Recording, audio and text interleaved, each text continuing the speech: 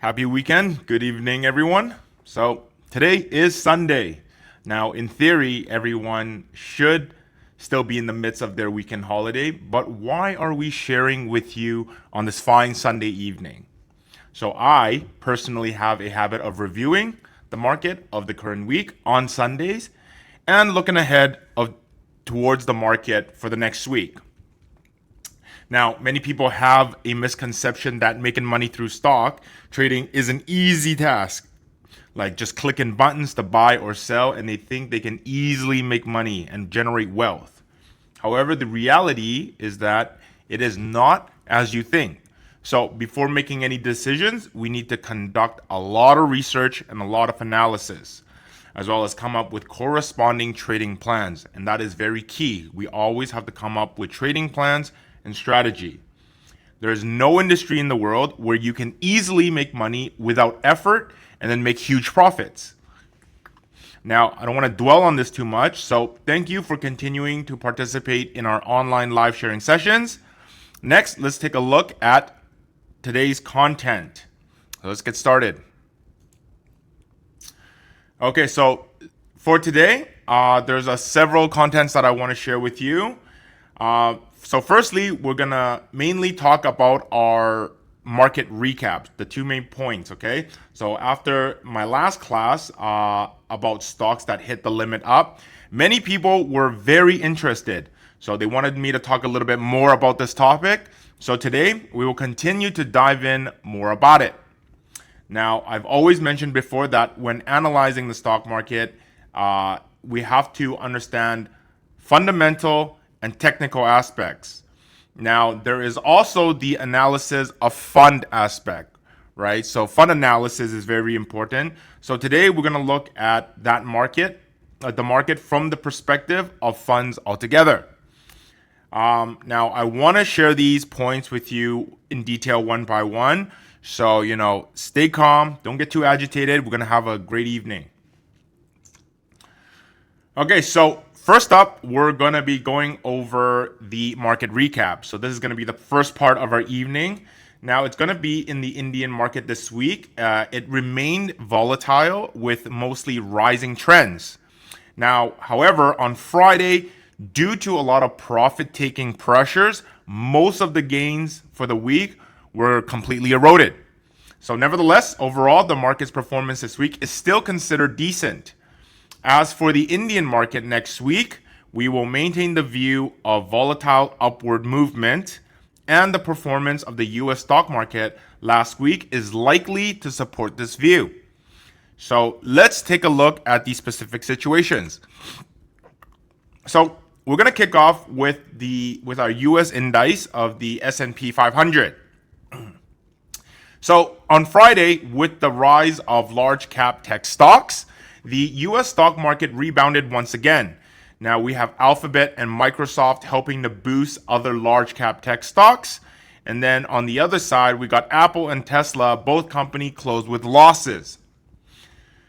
Now, let's take a look at the S&P 500 index, which is more representative. In addition, the NASDAQ index trends is similarly to the S&P 500, and only the Dow Jones index showing relatively weaker trends. So we're going to use the S&P 500 index as the representative to look at the US stock market.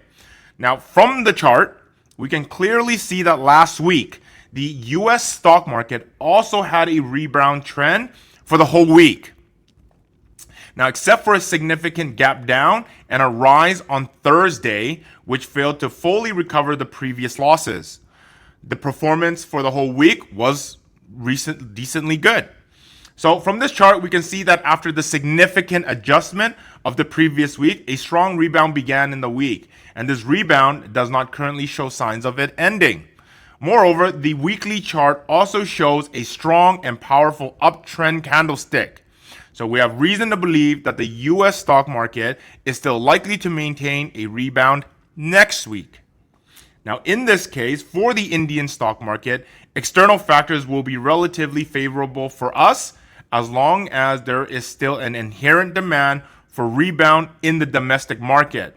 So this rebound trend is going to continue. Now on to our Nifty 50.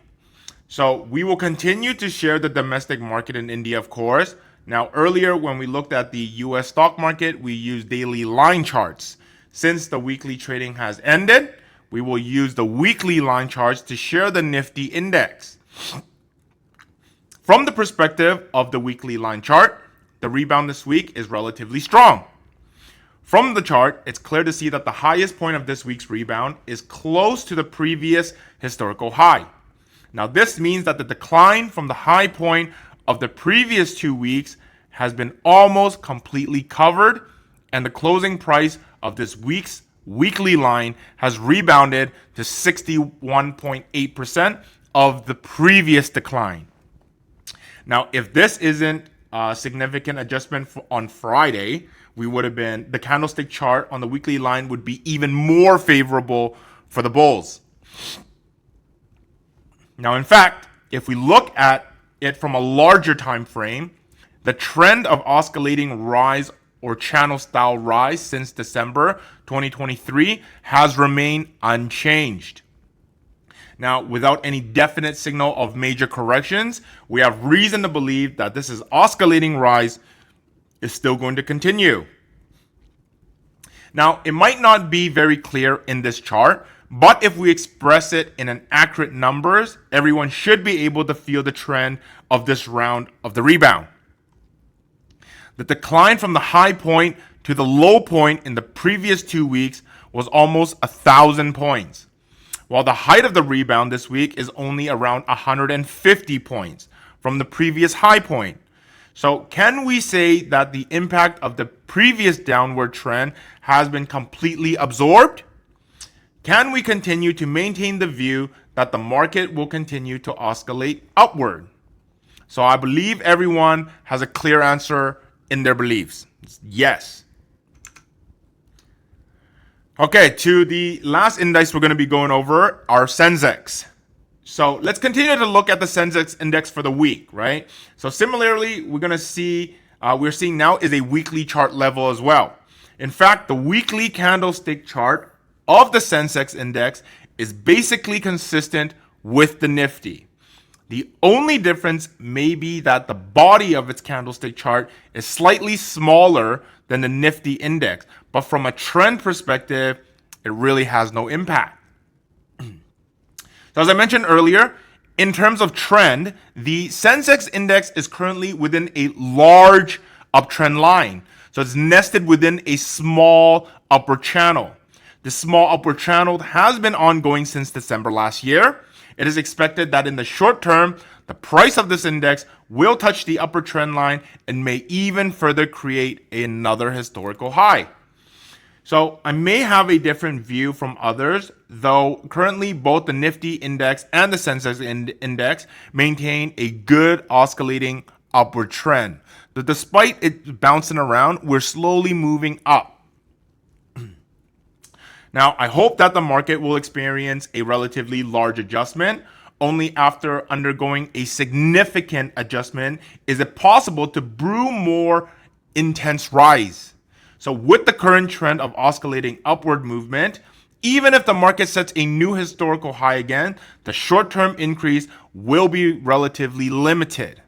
The greatest possibility is that shortly after reaching a new historical high, the market will enter a small adjustment phase. Although the bullish trend is good, the profit-making effect in the market may not be ideal.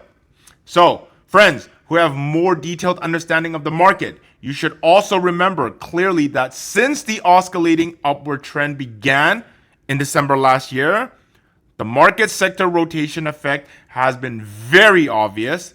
Once the market starts this sector rotation, for most of us, the difficulty of making money will increase. But rest assured, this difficulty applies only to individual retail investors. For everyone present here, there is no need to be concerned because we are carefully preparing our wealth doubling plan, which will be introduced soon. Moreover, the company's development plans for the Asia Pacific region in the third quarter are now on the agenda.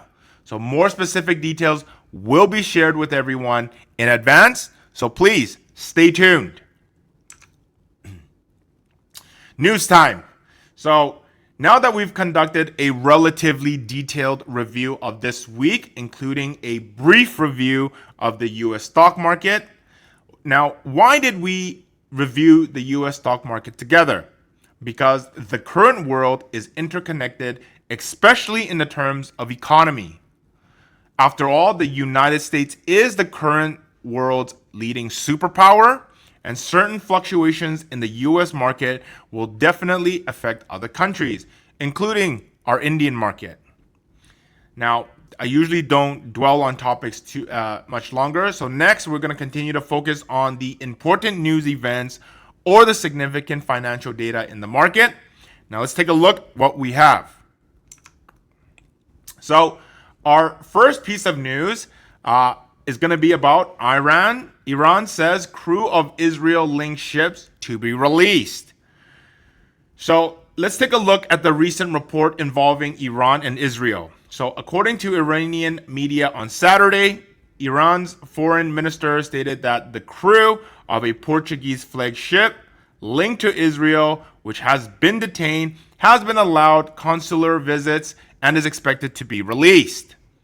So on April 13th, the Iranian Revolutionary Guards seized the container ship MSC Ares with 25 crew members in the Strait of Hormuz. Just a few days prior, Tehran had vowed to retaliate against the suspected Israeli attack on its consulate in Damascus. Now, Iran had indicated the possibility of closing this important shipping route. So, from the latest developments, it appears that the likelihood of escalation in conflicts between Iran and Israel is decreasing. This implies that the impact of this uncertainty on the global market is also diminishing. The potential negative factors are gradually reducing, which would be more favorable for the market to continue to shake upwards. So whether it be in the US stock market or our domestic Indian market. Now, certainly factors influencing the stock market are not solely based on just this point. What we need is for various negative factors to gradually diminish as well. Now, even without significant positive factors, the reduction of negative factors in reality is considered positive. Now, experienced investors with rich trading experience understand when negative factors are exhausted, they all turn positive. And when positive factors are exhausted, it turns back to negative. This cycle repeats because the market is not static. So we look forward to seeing better market performance next week. Easing tensions between Iran and Israel is also very good news. We've been on the edges of world war for a long time with the Ukraine and Russian. Now it's happening in our Middle East. So any ease of tension, any ease of like ceasefires are always great news. Okay, so second piece of news, some good news in regards to Fed rate cuts. So the Fed seen on track for September start for the US rate cuts. So this latest piece of news is coming out of the Federal Reserve, policymakers at the Federal Reserve. Now, upon careful examination of the latest inflation data, found little to spark a sense of urgency for rate cuts. But they also did not rule out the possibility of starting rate cuts later this year. Now, this perspective comes from the financial markets and analysts.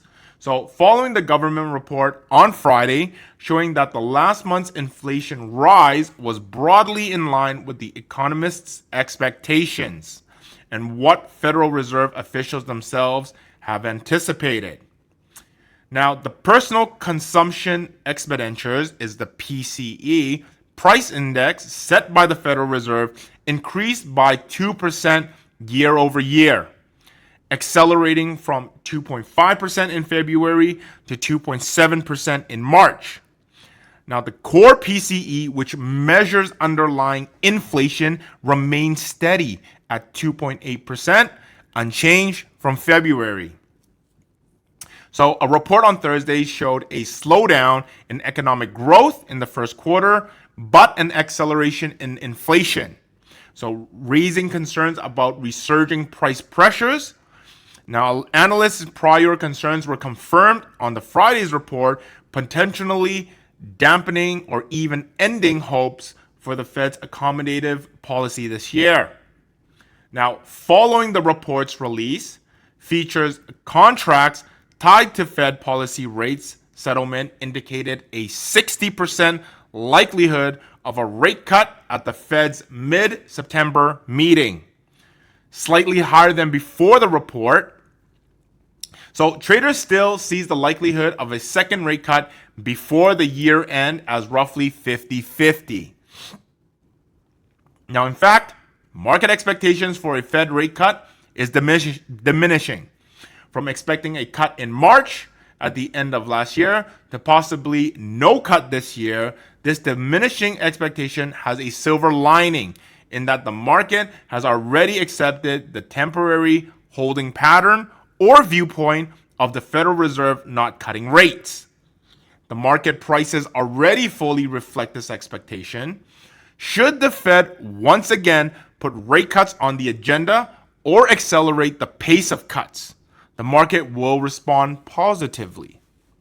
So I want to tell everyone that the market expectations for a Fed rate cut have reached a low point, and it is highly likely that only positive news will emerge going forward, with little to no negative news expected. So we've been talking about rate cuts for a long time. Now the market has kind of adjusted to just being used to the idea of what the rates are. So that's a little bit of insight for us on the Fed rate cuts. So if it does end up getting cut in September, it's all positive news for us. There's nothing that can get worse. Okay, funds analysis. So I just shared some financial news with everyone to give everyone an insight on how these things are affecting the stock market. Now I want to look at a more important topic. Okay, so generally everyone knows when we're conducting market analysis, there are fundamental analysis and then there's technical analysis. And the majority of investors pay more attention to technical aspect, the technical analysis aspect of things.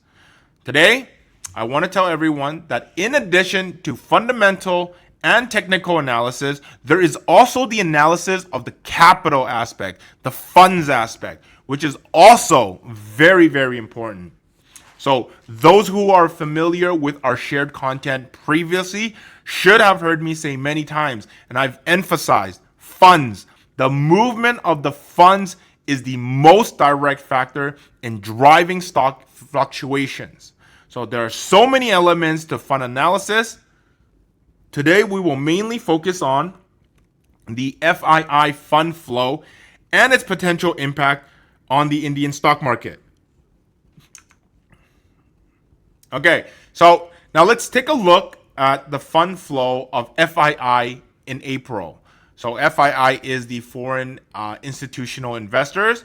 So we can take a look at this data table.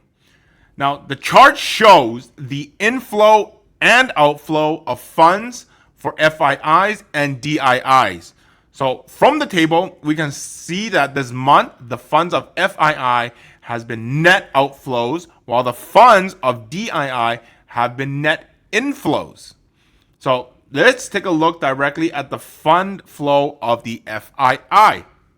So from this data table, it is clear that so far this month, FII has only had 3 trading days of net buying, and the volume is not too large. And then on the other trading days, the funds have been net outflows.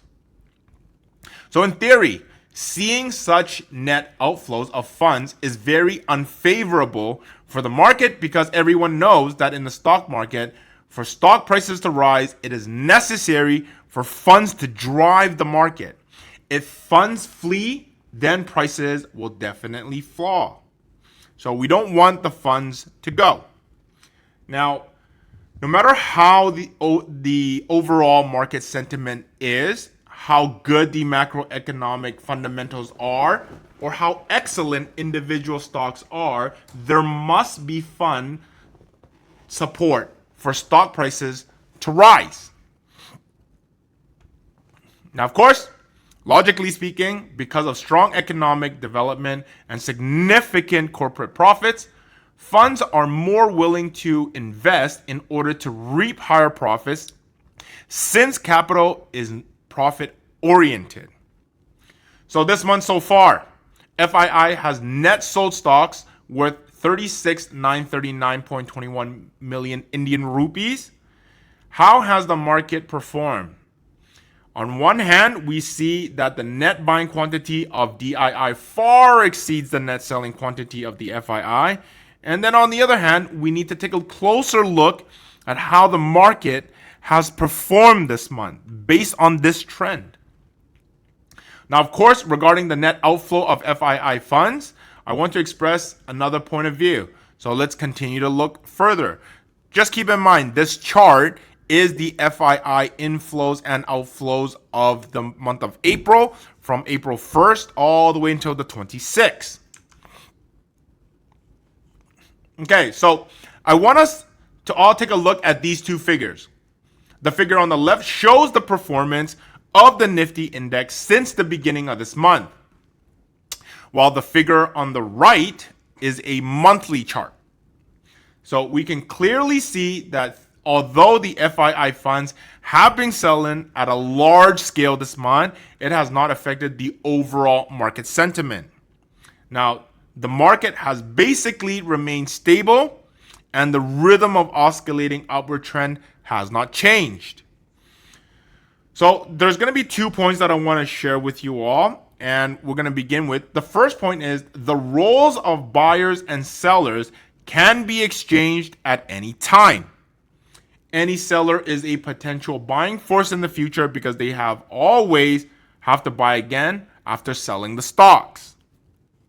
And then number 2, the outflow of FII funds is mainly influenced by the rise in US Treasury yields, so leading to the inflow of the US dollar.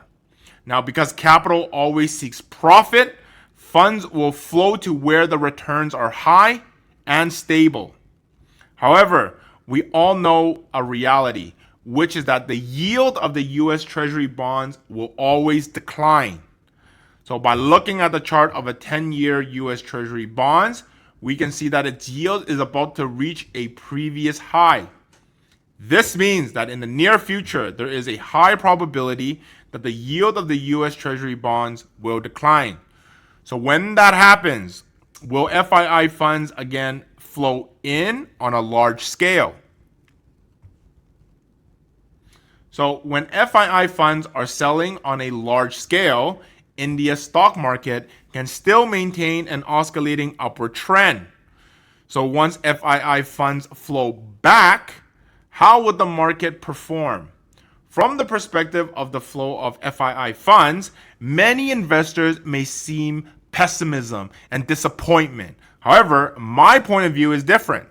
I see optimism and the potential for the market to rise. So we won't talk about a super bull market in the Indian stock market, but at least a better performance in the future stage can be expected. Okay, so we're going to talk about UC limit stocks.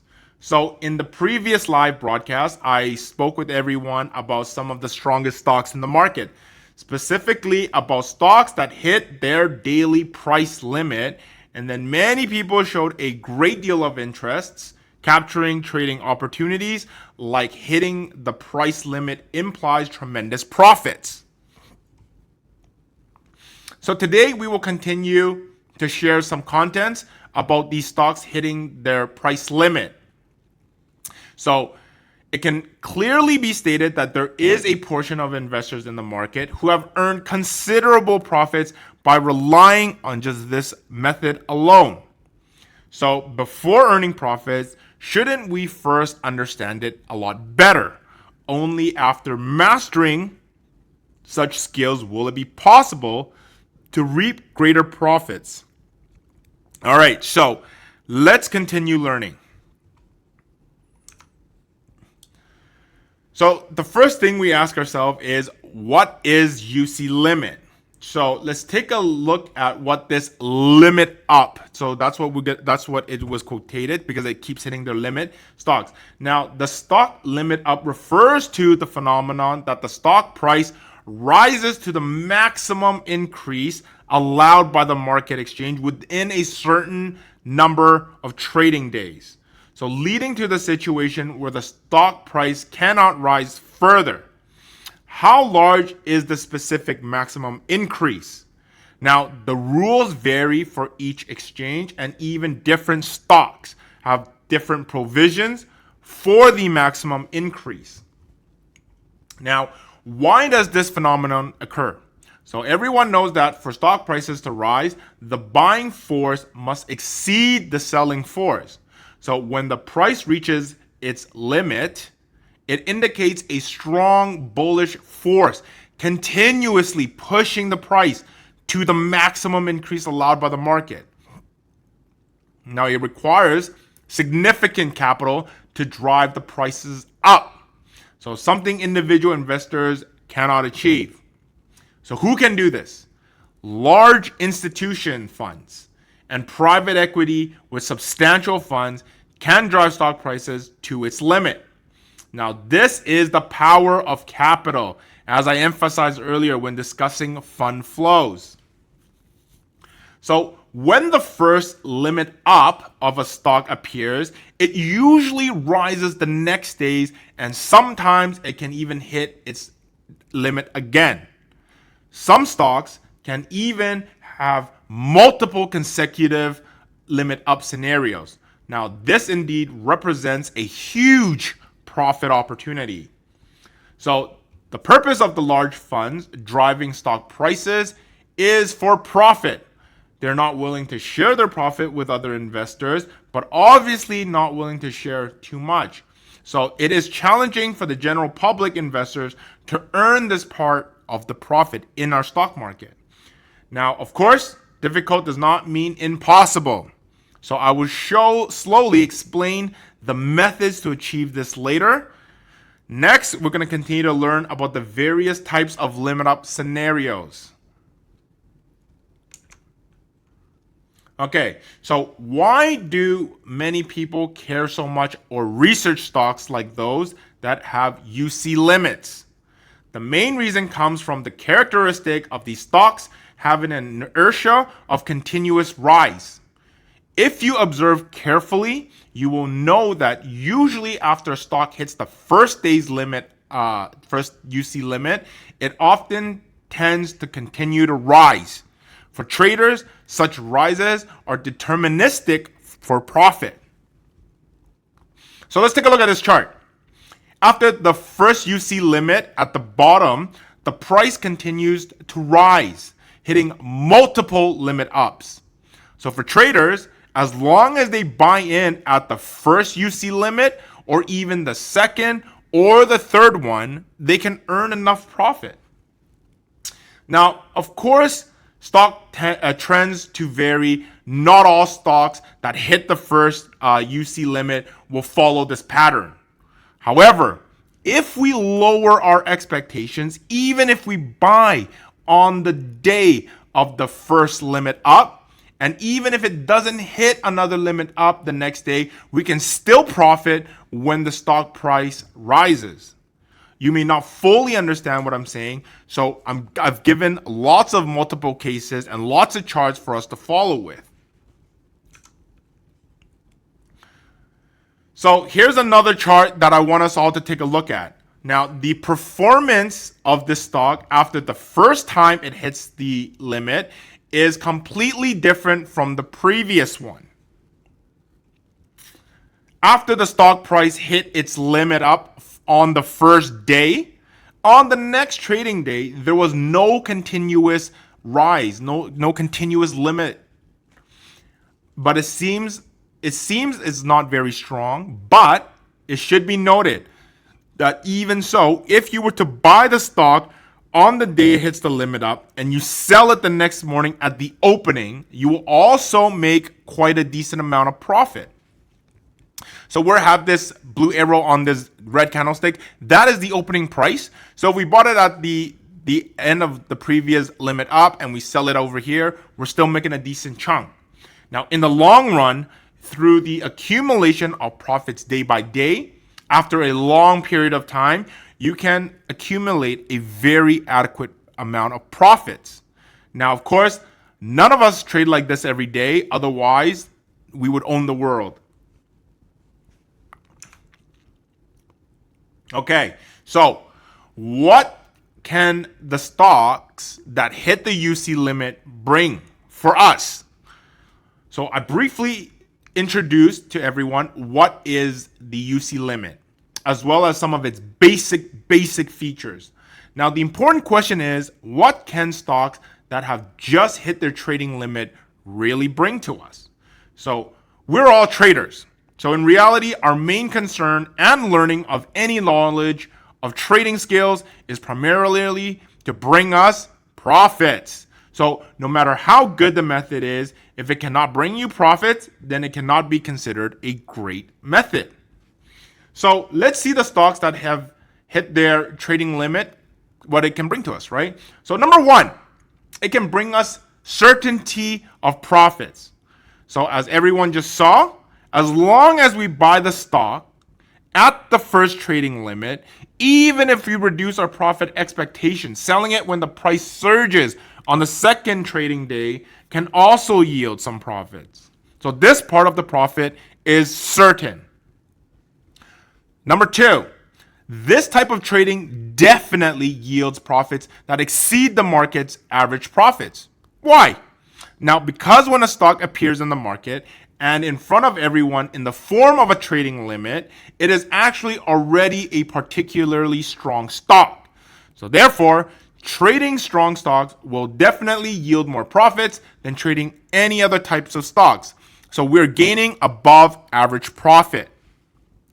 Number three, rapid returns. So I've also mentioned earlier that if our profit expectations are not too high, we can sell at any time. So while the profit from each trade may not be too high, the accumulated profits from one trade after another will be very substantial in the long runs.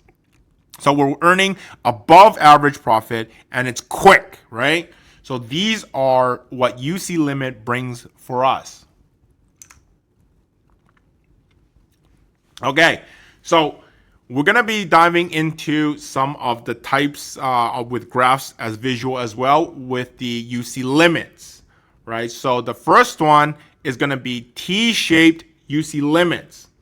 So let's take a look at the types of stocks that have the UC limit and why we should learn about these types. It's very simple.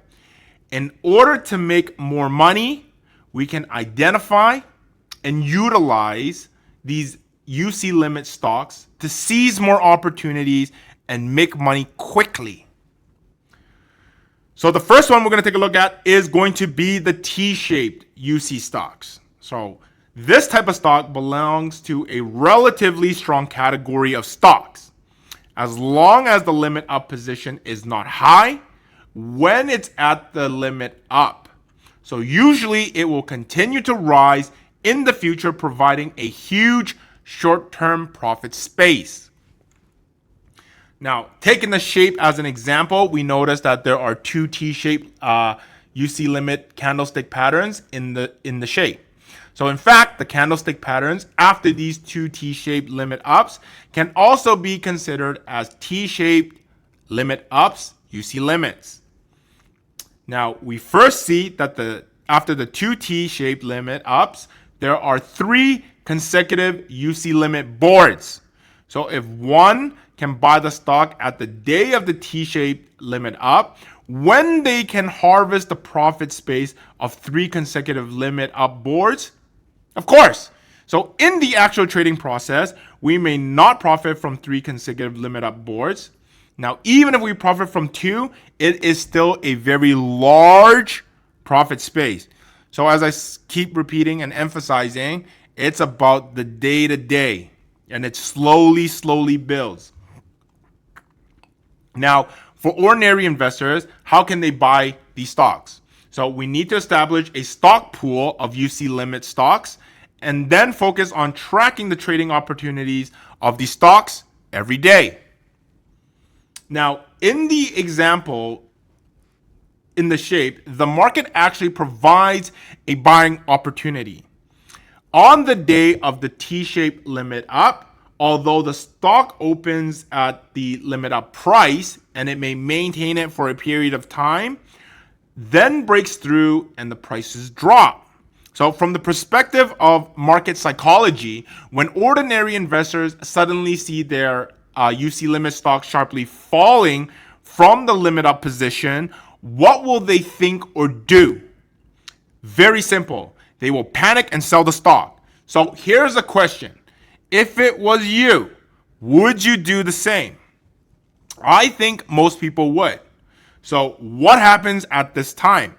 So who is buying these stocks? It can be clearly told to everyone here that the stocks sold by ordinary investors will be bought by the institutional investors, and this is precisely their purpose. Only when there are more funds in their hands and capital can they make more profit after the price rises. Okay, so second type. Now, this type belongs to a relatively small rise limit of a candlestick chart entity. Now, this type of rising UC board is also a very strong type. So this is the candlestick chart with a smaller real body, and it's example A. Now, this type of UC limit is a stock that rises all the way to the limit after the opening, and the opening price is the lowest price, and the closing price is both the highest price as well as the limit price. Now, the reason why the body of this candlestick chart is relatively small is mainly because the high opening isn't too high. The higher the position of the high opening, the smaller the body part of the candlestick chart. Its trend is therefore stronger. Now, as shown in the figure, for such a rising limit stock, we often cannot intervene in the first rising limit because before it reaches the limit, we don't know what's actually going to happen, right? So if you can buy the stock, it is for other reasons. Now, therefore, the grasp of trading opportunities for such stocks often lies in buying on the second trading day after the first rising limit appears. Now, there's a problem here. That is, because the price of the second trading day opens with a gap to a higher position, a lot of the ordinary investors may be concerned about this high, and it might be too high, and then have already missed the buying opportunity. Therefore, compared to the T-shaped rising limits, the market provides more buying opportunities for this type of UC limit stock, and the real obstacle comes from the traders themselves. So it lies within yourself whether you want to get involved and want to buy into the stock at this time, or you think it's too high, right? Now, to trade this type of stock, investors often need to overcome their own psychological fears. And there is no technical problems. Okay, now about the stock chart with a relatively small body for the UC limit, let's take another look at another case example here. So I've exampled this B, right? Now, here I want to explain that the chart and stocks you see are just examples for explanation. And it's not to encourage anyone to buy the stocks in any of these examples, right? Now, at this point, I just want to make it very clear. Now, in this case, on this chart, there are two candlestick charts with relatively small bodies for the limit up. Now, of course, there had been a limit up before this in terms of trading itself. So when we see the candlestick chart at point 1, because the price opened much higher that day, would anyone dare to buy this stock? So if there's a moment of hesitation, Then it will surge the limit up price. And after reaching that cap price, there's basically no chance to buying it again. Now, if one didn't dare to buy the stock at the first point, then it goes without saying for the candlestick chart at the second point. So here's another thing to note is that buying stocks here requires chasing the high price. This is not the same as what we usually say, buy low, sell high, nor the same standards. Because the stocks at the limit up are the strong stocks, and to trade strong stocks, no one needs to chase the high anymore to achieve that goal. So these highs are going to keep hitting new highs. So there are many methods for trading stocks. The key is which method is suitable for which type of stock, for which kind of trader, right? We have to identify ourselves as what kind of trader we are. There are very aggressive traders, there are very passive traders, right? Either way, we have to formulate a strategy and then we go into it with whatever our strategy may be. Okay, so this is the third type, which is when the candles with the large bodies have a UC limit. So the intraday trend on which and such stocks is often very, very strong. Now, the advantage of this type of stock is that the starting point is not considered too high. So stocks with this kind of UC limit have very strong buying power.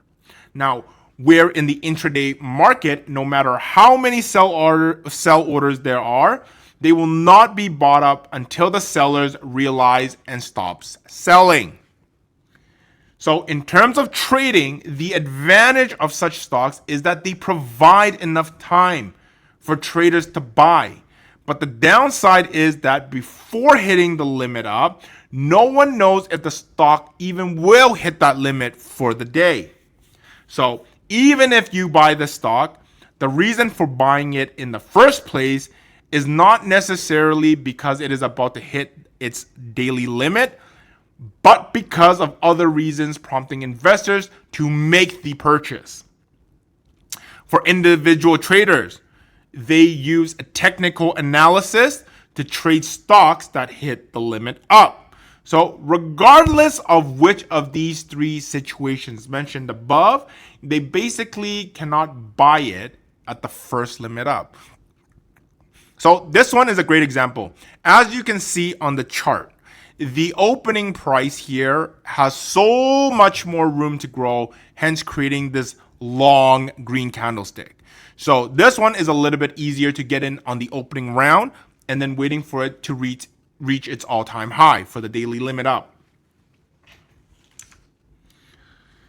Okay, so we just went over some content about these UC limit stocks hitting their limits. So I want to take us a little bit of time to kind of absorb and digest all the content we just shared. Now, in fact, there are many, many different ways to make money in the stock trading industry. So everyone needs to learn more in order to use the right methods at the right time to increase their trading success rate and their profit margins. There is so many things to learn in the stock market, and it's just incredible at what it can come up with. So next, we're going to continue to track the stocks that we recommended earlier on Friday night. So we shared the stocks of NCC and then Cuminance Ind. So we're not going to repeat those two stocks tonight. So we're going to take a look at some other stocks. Okay, so first we're going to take a look at the stock of LT, Larsen and Toubro Limited. So these guys are an multinational company engaged in EPC projects, so high-tech manufacturing and services. So this company operates in more than 50 countries globally and is a large technology, engineering, construction, manufacturing, and financial services group with business operations worldwide. So the company's performance and the profitability has been growing year after year. So they cover almost everything in the tech industry, right? Now, on April 19th, this stock closed with a doji candlestick, so indicating a balance of bullish and bearish forces and closing near the previous low, followed by a rebound. Now, on Friday, the stock experienced a decline, which is still part of the rebound process, but primarily influenced by the overall market conditions. Everyone should remember the index adjustment on Friday. Looking at a longer period of time, the stock belongs to the category of long-term bullish stocks. So short-term fluctuations or adjustments will not change the overall trend. Therefore, my friends holding the stock, it is best that we are patient. If there are any trading activities to be carried out, we will definitely inform everyone in advance. So once again, it should be emphasized that for any stock we recommend, we will follow up and we will take full responsibility. Okay, next up, we got the stock of Capacite. Now, a little bit background again. The company is engaged in construction and factory development. So these guys are specializing in construction of high rises for residential, also super high rises that are residential, commercial, institutional buildings. They specialize in like those super specialized hospitals and so forth. Now, the company's management is also very outstanding. Its operating performance has continued to grow over the past 2 years, and both net profit and EPS have also been steadily increasing at a relatively fast pace. So therefore, this is a great company. So I'm not going to repeat the basic content too much, as I believe everyone has a general understanding, right? So here's the technical aspect of Capacite. So this week, the stock reached a new high, but on Friday, it underwent an adjustment along with the overall market. Now, of course, this adjustment did not have any impact on the overall bullish trend. So from the chart, it is clear that technically, after breaking through its previous high, the stock experienced an oscillating growth. Now, this is different from most outbreak trends. Currently, the stable and steady upward movement will continue, and even if there is a significant adjustment, it will only be a confirmation of the pullback in the breakout trend and will not affect its bullish trend. For the stock, the price is currently oscillating above our cost price. Although the fluctuating profit is not too significant, there is still some profit to be made here. So, holding on to this stock as well with peace of mind should not be a problem. When it's time to take profit and we exit, we're going to notify everyone at the earliest opportunity. Okay, last one we're going to be going over. Tata Power. Okay, so Tata Power Limited is India's largest comprehensive private power company. So with significant international influence, we're not going to go into the specifics, long history and business situation of the company, as you can also look it up yourself, right? So just the technical point of view, this stock also belongs to long-term bull stocks. So everything we're discussing, long-term bulls, right? So in the short term, the stock price movement is forming a small triangle. And despite the overall market adjustment on Friday, the stock rose against the trend, showing signs of breaking the triangle. As I mentioned earlier, in the process of ascension, the triangle pattern is mostly a sustained form, meaning that the stock price is likely to break upwards in the future. Now, indeed, after the rise on Friday, the signs of the upward breakthrough have become more and more apparent.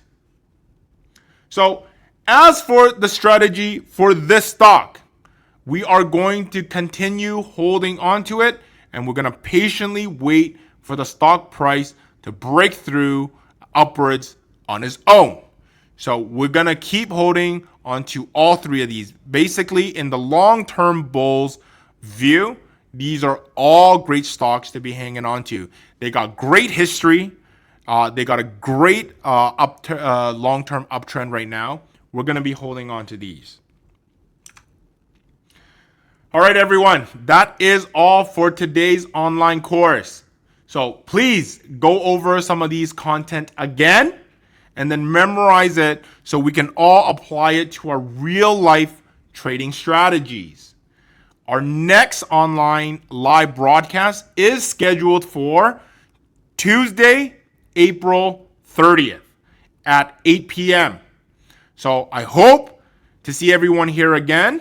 Thank you very much for your continuous strong support. And we're all going to see you on Tuesday.